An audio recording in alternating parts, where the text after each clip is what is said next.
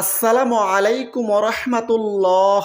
প্রিয় দর্শক, প্রত্যেক দিন ফজর ও মাগরিবের পর ইস্তেগফারের এই দোয়াটি অন্তত একবার পড়ুন।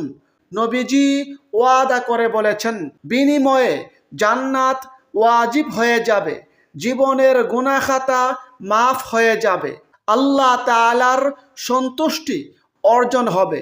দর্শক, আজকের এই ভিডিওতে জান্নাত লাভের খুবই গুরুত্বপূর্ণ ফজিলতপূর্ণ 5টি আমল সম্পর্কে আলোচনা করব, যেই আমলগুলো করলে আল্লাহ তাআলা আপনার প্রতি সন্তুষ্ট হয়ে যাবেন, মিজানের পাল্লা ভারী হয়ে যাবে। দর্শক, এই আমলগুলোর বিনিময়ে আপনার জান্নাতে যাওয়ার পথ সহজ হয়ে যাবে ইনশাআল্লাহ। সুতরাং গুরুত্বপূর্ণ এই ভিডিওটি না টেনে সম্পূর্ণ দেখুন এবং উপকারী মনে হলে প্রিয়জনের কাছে বেশি পরিমাণে শেয়ার করুন। আপনি যদি আমাদের চ্যানেলের নতুন দর্শক হয়ে থাকেন তাহলে চ্যানেলটি সাবস্ক্রাইব করে পাশের বেল আইকনটি অল নোটিফিকেশন করে রাখুন, যেন পরবর্তী ভিডিওগুলো সহজেই পেয়ে যান। প্রিয় দর্শক, কোরআন এবং হাদিসে এমন অনেক ছোট ছোট আমল রয়েছে যেগুলোর প্রতিদান সরাসরি জান্নাত। সেই সকল আমল থেকে আজকের এই ভিডিওতে খুবই গুরুত্বপূর্ণ ফজিলতপূর্ণ 5টি আমল আপনাদেরকে জানিয়ে দিব ইনশাআল্লাহ। আল্লাহ তাআলা পবিত্র কোরআনে বলেন, যারা ঈমান আনে ও নেক কাজ করে তাদের জন্য আছে নিয়ামতে ভরা জান্নাত, সেখানে তারা চিরস্থায়ী হবে। আল্লাহর প্রতিশ্রুতি সত্য, তিনি পরাক্রমশালী প্রজ্ঞাময়ী। সূরা লোকমান আয়াত 8-9। আল্লাহ তাআলা পবিত্র কোরআনের অন্য স্থানে বলেন, মুমিন পুরুষ ও নারীর মধ্যে যে কেউ সৎ কাজ করবে তাকে আমি নিশ্চয়ই আনন্দময়ী জীবন দান করব এবং তাদেরকে তাদের কৃতকর্মের শ্রেষ্ঠ পুরস্কার দান করব। সুবহানাল্লাহ। আল্লাহ তাআলা পবিত্র কোরআনের অন্য স্থানে বলেন, নিশ্চয়ই যারা ঈমান এনেছে এবং নেক আমল করেছে তাদের মেহমানদারির জন্য রয়েছে জান্নাতুল ফিরদাউস। সুবহানাল্লাহ। সূরা কাহফ আয়াত 107। প্রিয় দর্শক, আল্লাহর সন্তুষ্টি লাভের এবং জান্নাত লাভের গুরুত্বপূর্ণ ফজিলতপূর্ণ 5টি আমলের মধ্যে 1 নম্বর সাইয়্যিদুল ইস্তেগফারের আমল করা। সাইয়্যিদুল ইস্তেগফার ইস্তেগফারের মধ্যে সর্বশ্রেষ্ঠ দোয়া। সাইয়্যিদুল ইস্তেগফারের মাধ্যমে আল্লাহ তাআলা বান্দার প্রতি সন্তুষ্ট হয়ে যান এবং আল্লাহ তাআলা বান্দার জীবনের গুনাহ খাতা মাফ করে দেন। কারণ সাইয়্যিদুল ইস্তেগফারের মাধ্যমে আল্লাহ তাআলার কাছে গুনাহ থেকে ক্ষমা প্রার্থনা করা হয়েছে। আর আল্লাহ তাআলা নিজেই ওয়াদা করে বলেছেন, যদি কোনো বান্দা আল্লাহ তাআলার কাছে ক্ষমা প্রার্থনা করে তাহলে অবশ্যই আল্লাহ তাআলা তাকে ক্ষমা করে দিবেন। সুবহানাল্লাহ। এ প্রসঙ্গে আল্লাহ তাআলা পবিত্র কোরআনে বলেন, যে ব্যক্তি মন্দ কাজ করবে কিংবা নিজের প্রতি জুলুম করবে, তারপর আল্লাহর কাছে ইস্তেগফার করবে, ক্ষমা প্রার্থনা করবে, সে ব্যক্তি আল্লাহকে পাবে ক্ষমাশীল ও পরম দয়ালু। সুবহানাল্লাহ। সাইয়্যিদুল ইস্তেগফারের মাধ্যমে জান্নাত ওয়াজিব হয়ে যায়। এ প্রসঙ্গে হাদিসে রয়েছে, আল্লাহর রাসূল সাল্লাল্লাহু আলাইহি সাল্লাম বলেছেন, যদি কোনো ব্যক্তি সুদৃঢ় বিশ্বাসের সঙ্গে সকালবেলা সাইয়্যিদুল ইস্তেগফার পাঠ করে, অতঃপর সে ব্যক্তি যদি সন্ধ্যা হওয়ার আগে মারা যায় তাহলে সে ব্যক্তি জান্নাতে প্রবেশ করবে। অনুরূপভাবে নবীজি বলেন, যদি কোনো ব্যক্তি সন্ধ্যাবেলায় সাইয়্যিদুল ইস্তেগফার পাঠ করে অতঃপর সকাল হওয়ার আগে মারা যায় তাহলে সে ব্যক্তি জান্নাতে প্রবেশ করবে। সুবহানাল্লাহ। বুখারী শরীফ হাদিস নম্বর 6306। সুতরাং প্রিয় দর্শক, প্রত্যেক দিন ফজর ও মাগরিবের পর সাইয়্যিদুল ইস্তিগফার একবার করে পাঠ করুন। চলুন আমরা একবার সাইয়্যিদুল ইস্তিগফার পাঠ করি। আল্লাহুম্মা আনতা রব্বি লা ইলাহা ইল্লা আনতা খলাকতানি ওয়া আনা আবুদুকা ওয়া আনা আলা হাদিকা ওয়া ওয়া'দিকা মাস্তাতাতু আউযু বিকা মিন শাররি মা সানাতু আবুউ লাকা বিনি'মাতিকা আলাইয়া ওয়া আবুউ লাকা বিযামবি ফাগফিরলি ফাইন্নাহু লা ইয়াগফিরুয যুনুবা ইল্লা আনতা। জান্নাত ওয়াজিব হওয়ার 2 নম্বর আমল হচ্ছে ওযুর পর দোয়া পড়া। হাদিসে রয়েছে হযরত উকবা ইবনে আমের রাদিয়াল্লাহু আনহু বলেন, আল্লাহর রাসূল সাল্লাল্লাহু আলাইহি সাল্লাম বলেছেন, তোমাদের কেউ যখন ওযু করে এবং সে ব্যক্তি পূর্ণরূপে সুন্দরভাবে ওযু করে এরপর কালিমায়ে শাহাদাত পাঠ করে তাহলে তার জন্য জান্নাতের 8টি দরজা খুলে দেওয়া হয়। ফলে সে ব্যক্তি যে কোনো দরজা দিয়ে ইচ্ছে জান্নাতে প্রবেশ করতে পারবে। সুবহানাল্লাহ। মুসলিম শরীফ হাদিস নম্বর 345।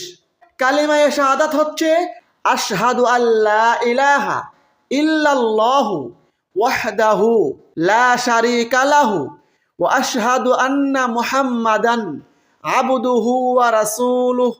অপর একটি হাদিসে কালিমায়ে শাহাদাতের সঙ্গে আরও একটি ছোট্ট দোয়া যুক্ত করে পড়তে বলা হয়েছে। এ প্রসঙ্গে হাদিসে রয়েছে হযরত উমর ইবনে খাত্তাব রাদিয়াল্লাহু আনহু বলেন, নবীজি বলেছেন, যে ব্যক্তি সুন্দরভাবে ওযু করার পর এই দোয়াটি পড়বে তার জন্য জান্নাতের 8টি দরজাই খুলে দেওয়া হয়।